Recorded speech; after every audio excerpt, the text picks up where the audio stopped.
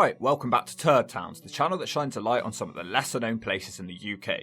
Usually for bad, but today it's for good reasons. The Lake District. I'm sure you've all heard of it. It's the most famous holiday destination in northern England, specifically northwest England in the county of Cumbria. It's full of crystal clear lakes, mountains as far as your eyes can see, and gormless tourists limping around on walking sticks. It is England's largest national park, covering an area of 2,362 square kilometres and has around 17 million visitors a year. Many of these people visit to hike up the mountains, with the tallest mountain in England, Scafell Pike, situated here. Water sports are also popular on the lakes, with the largest lake in England, Windermere, situated here. And of course, people also visit for the apparently quaint towns of Bowness, Keswick and Ambleside. People just love visiting here, but they almost never visit here. This is a huge part of the Lake District. It covers around a third of it, and the average tourist has never been here. This is of course the Western Lake District, and this is why nobody visits. But you probably should. Before we start the video, please like, comment, share and subscribe to help Turdtowns thrive. Now, I first became interested in the Western Lake District when I became sick of how busy places like Windermere and Keswick had become. It was no longer peaceful or relaxing to visit. It's hard to become one with nature when Barry the bashful 2-year-old is bawling for more biscuits. So I had to find some peace and quiet. And I certainly succeeded in escaping the crowds. It was night and day. Within an hour I went from battling through crowds in Windermere to sitting on the shores of Wastwater with only 10 people in sight. Why was it so quiet here? And bear in mind, all of this footage was taken on a lovely day in the middle of the school holidays, the height of the tourist season. So I got out a map, and then I realised that despite coming to the Lake District dozens of times, I don't think I'd ever come anywhere past this line. Why is that? Well, actually, several reasons as it turned out. The thing is, the Western Lake District is essentially a thin piece of land hidden behind some giant mountains, and you're gonna have to go around them. You would never need to come here unless you wanted to come here. One of the biggest problems for a tourist visiting the Western Lake District is the lack of any towns here. Most of the nearest towns to the Western Lake District have a poor reputation, and tourists tend to avoid places such as Workington and Maryport. Whitehaven is only 8 miles away from the nearest lake, which you think would make it a tourist hotspot, or at least a perfect base.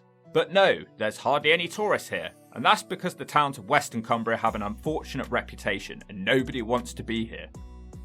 I recently visited most of these towns, and I made a video, and I think specifically Whitehaven does have potential, but work has to be done to repair the damaged reputation. If these towns had more of a welcoming image, people would be able to access the Western Lake District easier. Now, a lot of people stay around the Kendal area due to its closeness to the motorway. It's cheaper than actually staying in the Lake District, and it has easy access to the eastern lakes. But getting to the Western Lakes from here is a different story. A 20-minute journey is much more manageable than an hour and a half. Now, for the record, Cockermouth is an okay town on the western side of the Lake District, but it's still pretty quiet.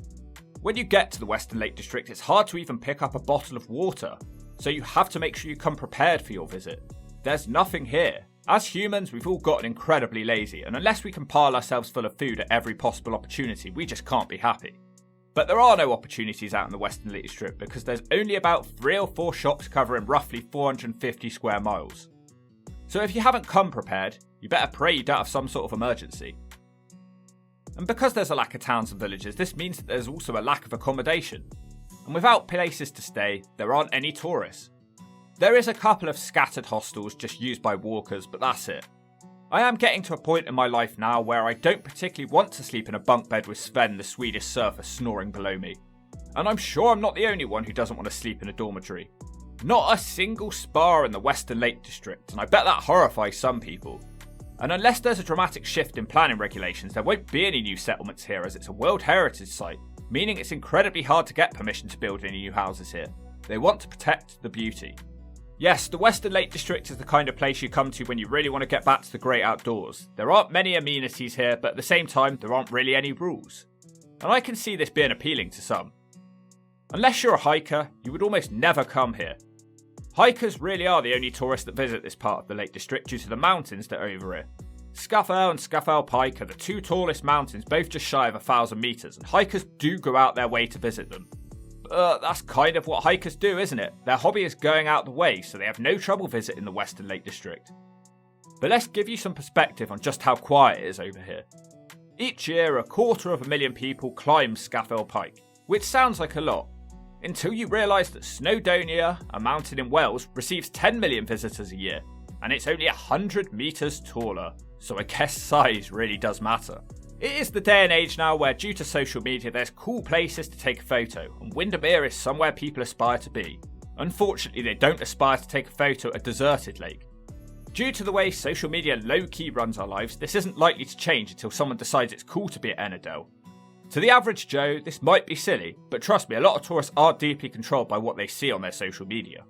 And it's silly because to me these lakes are far more dramatic and intimate than the eastern lakes. I love the closeness of the mountains to the water. Wastwater is also the deepest lake in England with a depth of 80 metres, so it's got that going for it. Now all that may be bad enough, but this leads me on to my number one reason why hardly anyone visits the Western Lake District. The roads. Say you're a tourist heading up from London.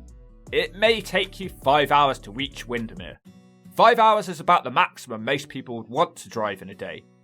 Well, imagine you're going to the Western Lake District from London. 6 hours, 11 minutes. This place is just isolated and out of the way. I don't think the majority of the people see the value in adding extra time on to visit here. And once you get here, the roads are appalling. This is really the only word for them. Unless you're an experienced, confident driver, you really shouldn't even attempt to drive on these roads. You will need to be confident reversing because it's mostly single track roads and you will meet someone, usually at the worst possible time. You may think I'm being dramatic, but that's probably because you're a confident driver. Visiting these sort of places soon reveals who is and who isn't. The amount of drivers who are terrified to reverse is both amusing and also aggravating. Here, not a single A road penetrates this part of the Lake District, and the only roads that exist are country lanes, and poor ones at that. It can take over an hour to drive just 28 miles, so these roads can feel never-ending. The scenery is beautiful though, so if you're a confident driver, many of these roads would be a lot of fun for you. At times, I just had to pull over and admire the beauty of the Western Lake District. Sometimes I was the only person in the entire valley. Other times I didn't choose to stop at all, I was forced to stop by wandering sheep. I personally think it's nice when you reach the end of a country road and you're rewarded with an isolated lake, but others probably aren't, because we're mostly lazy.